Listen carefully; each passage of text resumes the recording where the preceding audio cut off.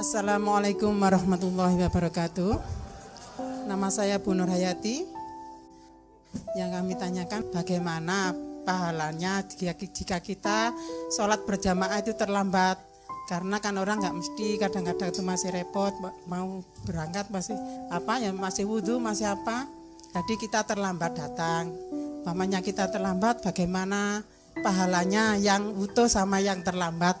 Sekian, Assalamualaikum warahmatullahi wabarakatuh.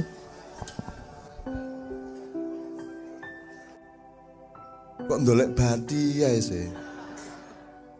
Babat ta, pokoknya sampean ikhlas sembayang saonoe telat didik gak masa, sing penting sampean ikhlas karo Gusti Allah. Perkara engko pahalane sak pira aja sampean hitung, sing penting sampean ikhlas. Ojo ndolek ridhone Allah, sampeyan sing ridho nang Allah, engko mesti oleh ridho Allah. Ngono lho. Wong saiki fokusnya njaluk. Mbok ngekei. Yang penting tuh anda ridho, oleh ngene ridho, dikai Gusti Allah ngene ridho, ridho bendino pasti nanti diridhoi Allah. Kadang-kadang wong donga iku ya ana dilemane, dilema iku ngerti, ngene salah ngono salah. Dadi ngene.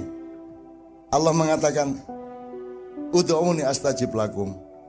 Donga rek kon njaluk tak kei, tak kabulno. Ngono sih. Nek kene gak ndonga iku gak enak karo Gusti Allah wong dikongkon njaluk. Tapi nek kene njaluk Gusti Allah kok njawabe siji meneh ya apa? Kon gak percaya karo aku ta? Kok njaluk-njaluk? Aku kurang apa ngekek ikon? Terus anggitmu nek aku kon gak ngomong njaluk, aku gak ero ta atimu kepengin apa? Nek Gusti Allah njawab ngono ya apa kon? Jadi tidak terlalu penting itu. Yang penting, yang pasti penting itu Anda ikhlas kepada Allah. Dikai opo ae ikhlas.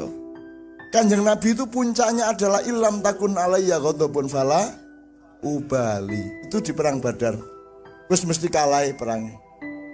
Wis mesti kalah pasukan mek 220 melawan 1000 sekutunya Abu Lahab itu.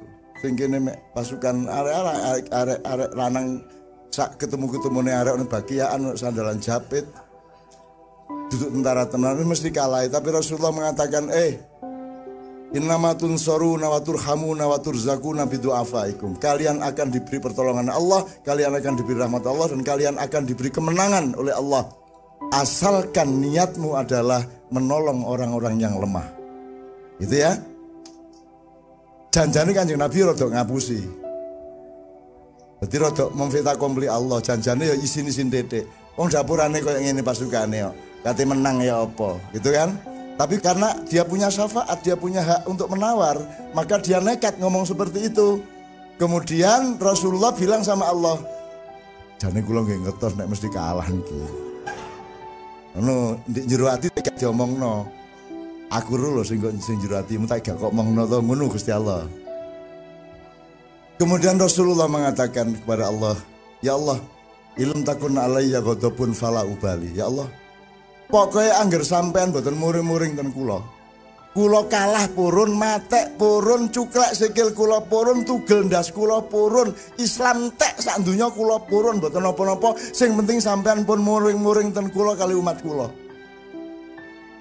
Jadi permintaan Rasulullah itu mek ikut tok. Sing penting aja muring-muring ngene. Gitu loh. Sing penting Allah gak muring-muring wis beres. Saya bekerja sebagai wali kota hari ini, bengi-bengi tak hitung kira-kira Gusti Allah mau muring-muring tak karo aku tak gak ya. Saya ambil keputusan ini itu kira-kira itu tak ukuran wis cukup kok. Dadi Bu sampean gak masalah Bu, nyun sewu Bu. Mboten masalah sampean telat, gak masalah. Niat sampean lak wis lah. Dadi sampean empun adek ngitung-ngitung ngoten niku aja adek medit-medit karo Gusti Allah. Aja adek wis ta pokoke sampean sembayang ikhlas titik, gak masalah. Bah ijen bah wong akeh. Wong gak sembahyang jamaah yo gak apa-apa kok. Pemene wong wedok gak kudu jemuan. Tak gak kudu jemuan sampean. Nah aku dari sampean pas arek-arek lang jemuan aku kelintal-kelintal ngarep masjid. Kapok kon yo lanang kon yo. Kapok kon kudu jemuan kon aku lak gak nyek wong lanang-lanang iku. Sampean enak dadi wong wedok iku. Enak. Mulya 3 kali lipat kemuliaan dari laki-laki toh. Sampeyan dadi wong wedok tok sing atine ikhlas iku wis cukup ngluwi wong lanang kabeh. Ojo njaluk-njaluk sing gede-gede. Ngono lho. Jadi Bu ya, sampean tenang mau mboten napa-napa, pun telat gak apa-apa, wong gak sembayang jamaah ya gak apa-apa kok asline. Sing penting ati sampeyan ikhlas. Masih sampean goreng tempe ati sampean sembayang lah iso sih. Loh, bukan sholatnya bukan seperti sholat 5 waktu. Ati sembahyang itu ati sampean sujud, pasrah nang Allah, ikhlas nang Allah, ridho nang Allah, itu jenenge sembahyang. Dalam arti kualitas. Dadi Bu nggih, ngoten nggih, gak masalah. Masalah. Wong saiki ngene ana kiai ndek sawah saking sibuke muruki santri-santrine tandur dadak sak piturute kaget lho iki wis masar rek melewayu mulih nang langgar. Wis kiyaine mergo tuwek kalah dhisik karo santri arek-arek wis wudu wis mlebu kiyaine kae ketemek mlaku terus nimba iki wis meh asar kudu dhuwure karo didik nimba ngene kok kok gak tau ngalami ya cek ngalami pernah ya kok nek kira-kira saiki wis nganggo PDAM ya gaya sumur lah cek tau nimba kon ya iya nimba di begitu nimba oleh banyu sak ember terus didelen dik anune sumur iku dadak semut buwek nek ndukure di permukaan air. Apa yang harus dia lakukan? Kalau dia wudhu semutnya mati. Kalau dia tidak wudhu telat sembayangi. Ya apa kira-kira? Menurut sampean? Yang dilakukan kiai itu adalah njupoi semut ngarsito. Kait oleh songo Allahu Akbar asar datang. Ya apa kira-kira dosa tak gak? Mungkin dosa mungkin gak, tapi sing pasti Allah maha mengetahui dan maha cinta kepada hambanya. Jelas ya? Itu aja yang kamu yakini. Nek kon memastikan oleh ganjaran jare sapa? Nek Gusti Allah aku ngkai ganjaran tak gak sak karepku. Kok kon ngatur-ngatur aku? Anggit aku taat undang-undang Perda ngono ta ya apa? Ngono Gusti Allah. Wis ta aja master-masterno Gusti Allah, taat saja, ikhlas saja. Allah itu berhak mengkiamatkan kita sekarang juga, betul enggak? Bahkan berhak gak sida gawe kon, kate apa kon? Aras-arasen gak tepak arek-arek iki. Aku wis gawe Adam dadi khalifah turunane kabeh ngene. Terus tak batalno. Nggak anyar, oleh tak gak? Boleh.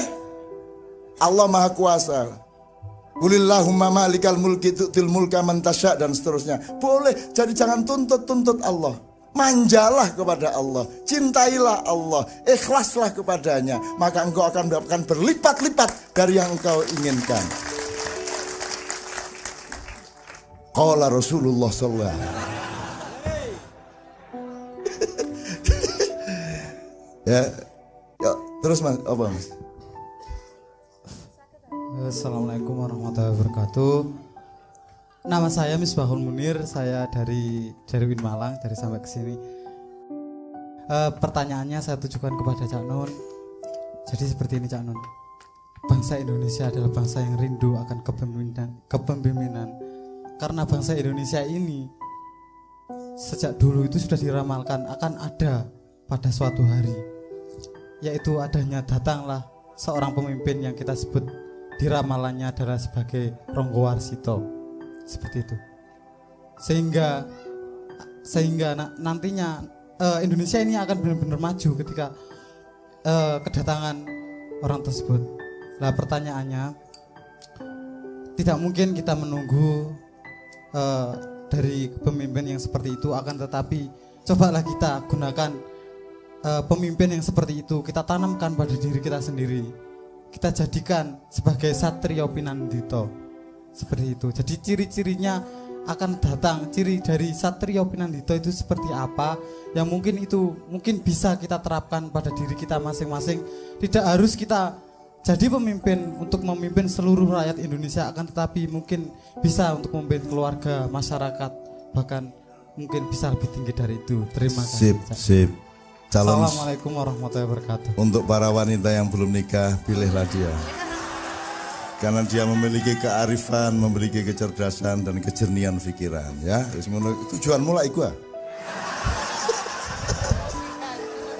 Tak guyon rek ya, cek seneng hatimu kabeh, insyaallah. Ini, aku mesisan di NO kemarin di Jombang itu. Ini ngomong Satrio Pinada ya. Di NO itu ada dua sistem, yang satu ahwa ahlul hal wal akdi. Yang satunya UUD 45 pakai sistem barat. ADART-NO itu pakai sistem one man one vote, jadi demokrasi barat. Pemilihan berdasarkan suara cabang-cabang, sama dengan demokrasi barat. Kalau pakai ahwa itu wong tuwek-tuwek dipercaya untuk nentokno pengurus. Nah, itu sistem timur. Nah, siapa yang menentukan ahwanya? Wali songonya ini siapa? Angel toh. Lah nek wali songone direkayasa karo nisore. Di kiai no padahal duduk kiai lah iso toh. Nah, jadi ngomong Satrio Piningit iku sapa sing kate nentokno iku Satrio Piningit? Nek teko rakyat biasa. Wis aja adek kok pikir.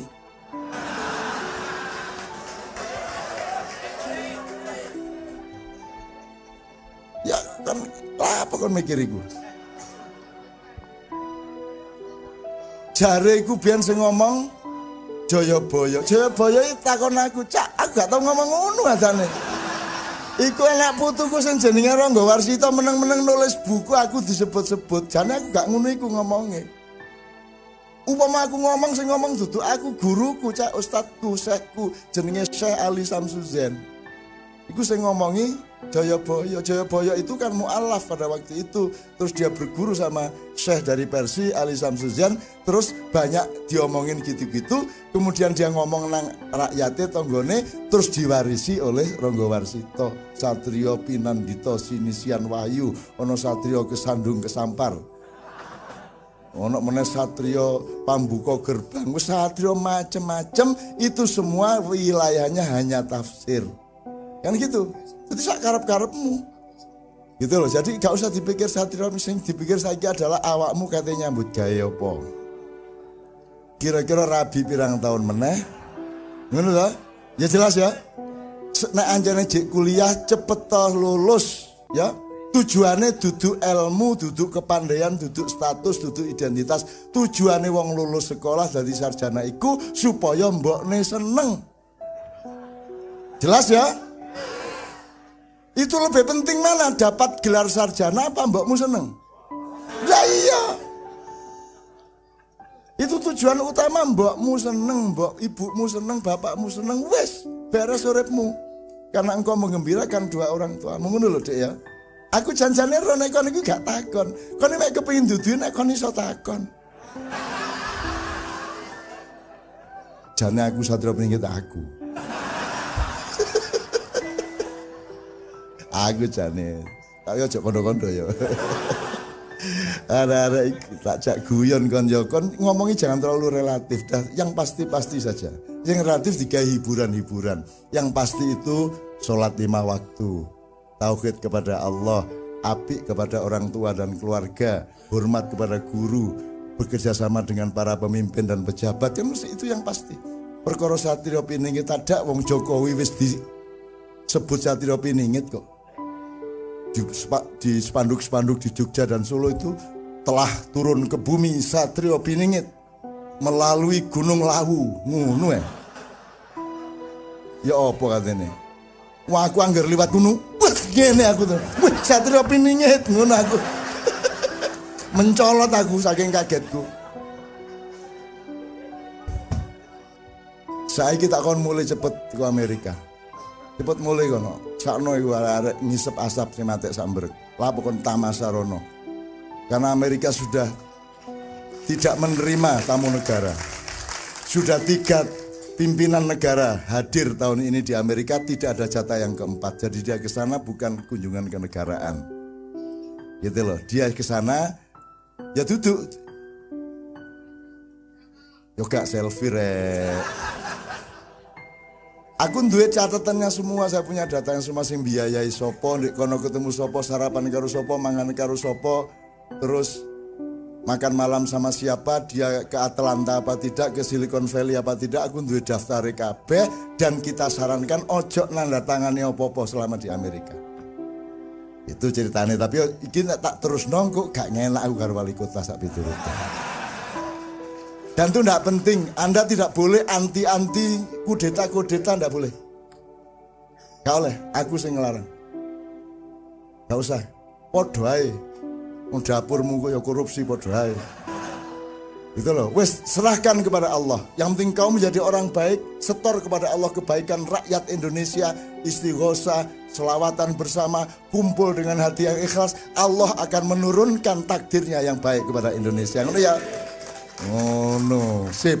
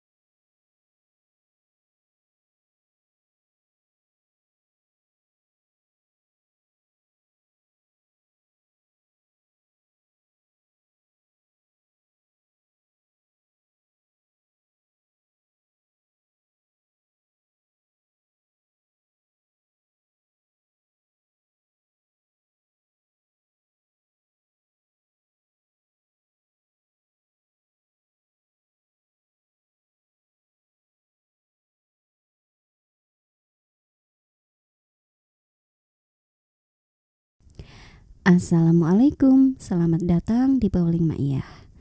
Berikut ini adalah kutipan video Sinau Bareng tahun 2018.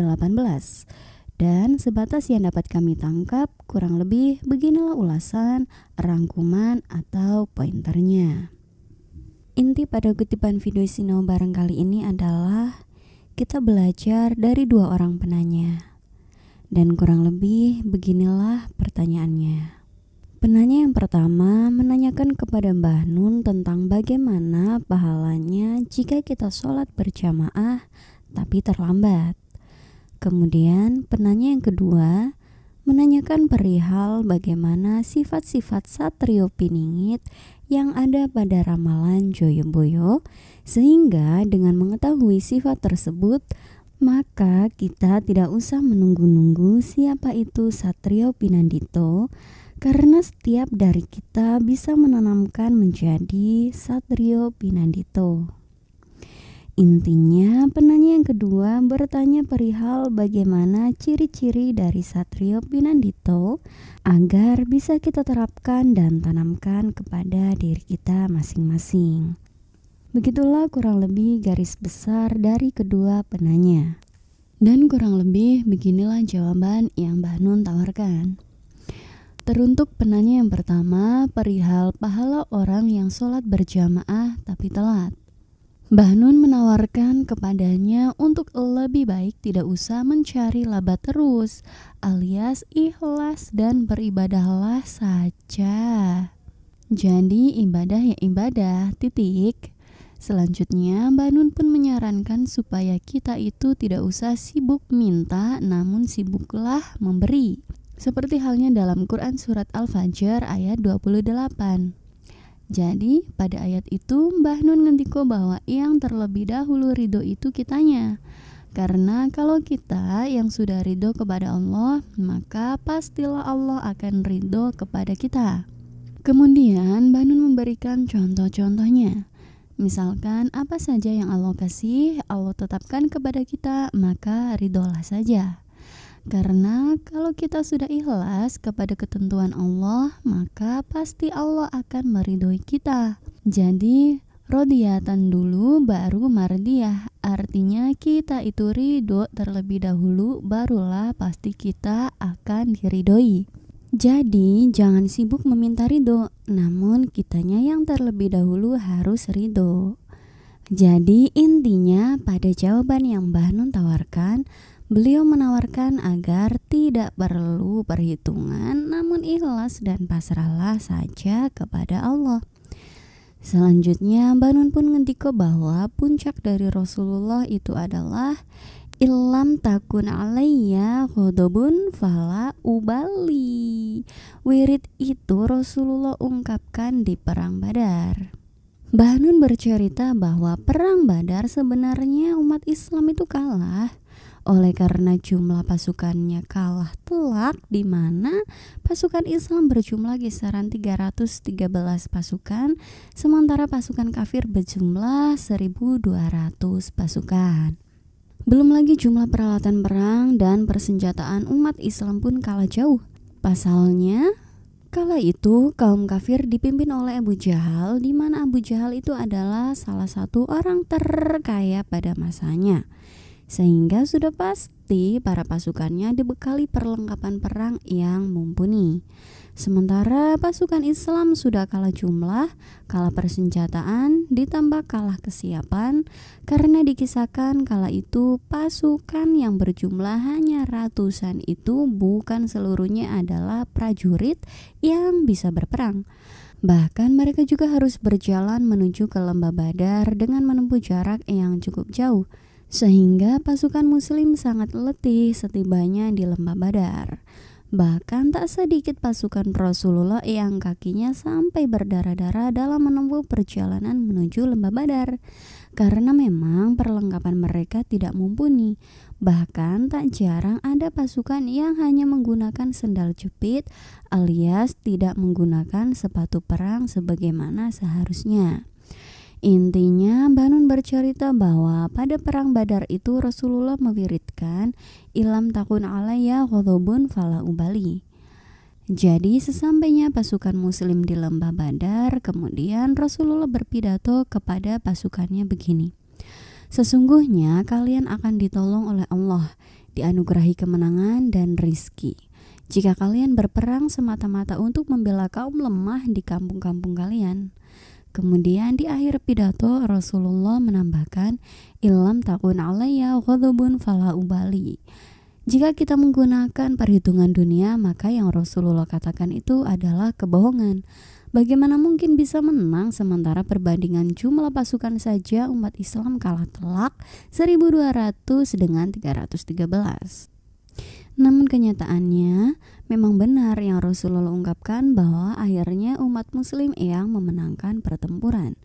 Dan 313 prajurit Badar dengan kualitas personil yang tidak memadai secara militer dan peralatan perang yang sangat minimal menang melawan 1.200 pasukan sekutu dengan rumus yang tidak pernah disebut oleh buku perang zaman apapun, yakni innama tunsyuruna wa turhamuna wa turzaquna bidu'afaikum.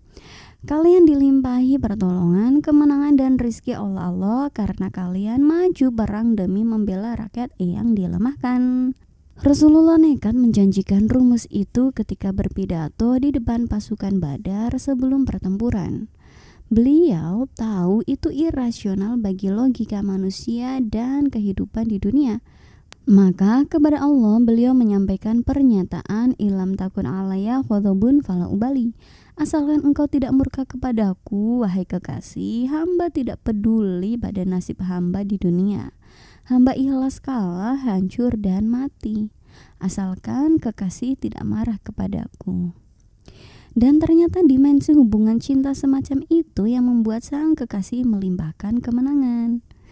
Pointer selanjutnya adalah dari kisah perang Badar yang Mbah Nun ceritakan ini, selanjutnya Mbah Nun menarik kepada jawaban yang beliau tawarkan kepada penanya kedua, bahwa yang penting itu kita ridho, ikhlas, dan taat saja kepada Allah.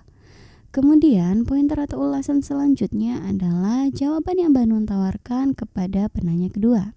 Dan garis besar yang Mbah Nun tawarkan kepada penanya kedua sebatas yang dapat kami tangkap intinya adalah pertama-tama Mbah Nun memberikan kerangka berpikir begini. Kalau metode pemilihan pemimpin di barat itu mekanismenya menggunakan sistem vote, sementara kalau mekanisme dari timur itu menggunakan orang-orang tua atau sesepuh, wali, dan lain-lain. Jadi orang-orang yang dituakan mereka yang dipercaya untuk menentukan pemimpin. Tapi bagaimana kalau sekarang orang-orang yang dijadikan pemimpin ini direkayasa oleh orang-orang yang memiliki kepentingan? Nah, maka susah sekarang kalau kita ngomong Satrio Piningit, Satrio Pinandito, dan sebagainya. Dan oleh karenanya, maka Mbah Nun menawarkan kepada penanya untuk memikirkan yang pasti-pasti saja.